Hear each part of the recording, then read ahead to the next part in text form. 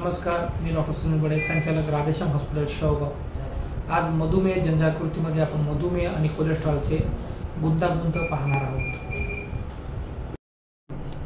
मधुमेहामुळे कोलेस्ट्रॉलचे प्रमाण कसे वाढते?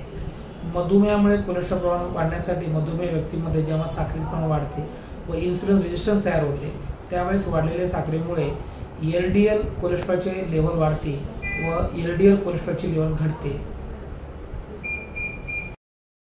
मधुमेहामध्ये वाढलेल्या कोलेस्ट्रॉलमुळे काय होते?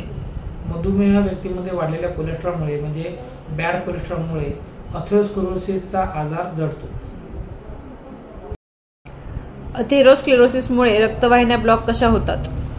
अथेरोस्क्लेरोसिसमध्ये वाईट कोलेस्ट्रॉल, बॅड कोलेस्ट्रॉल म्हणजे LDL कोलेस्ट्रॉलची रक्तवाहिन्यामध्ये हळूहळू गुठळी तयार होते आणि ही गुठळी हळूहळू मोठी होऊन रक्तवाहिन्या पूर्णपणे ब्लॉक होतात। अशा प्रकारे अथेरोस्क्लेरोसिसमुळे रक्तवाहिन्या ब्लॉक होतात। मधुमेही व्यक्तीमध्ये कोलेस्ट्रॉलमुळे कोणत्या अवयवाचे नुकसान होते? मधुमेह रुग्णामध्ये कोलेस्ट्रॉलमुळे मूत्रपिंडाचे नुकसान म्हणजे नेफ्रोपॅथी, डोळ्याची नुकसान म्हणजे रेटिनोपॅथी, हृदय आणि धमनीचे नुकसान म्हणजे कार्डिओमायोपॅथी व मज्जातंतूचे नुकसान म्हणजे न्यूरोपॅथी अशा प्रकारचे आजार जडतात। मधुमेही व्यक्तीने कोलेस्ट्रॉलवर नियंत्रण कसे मिळवावे?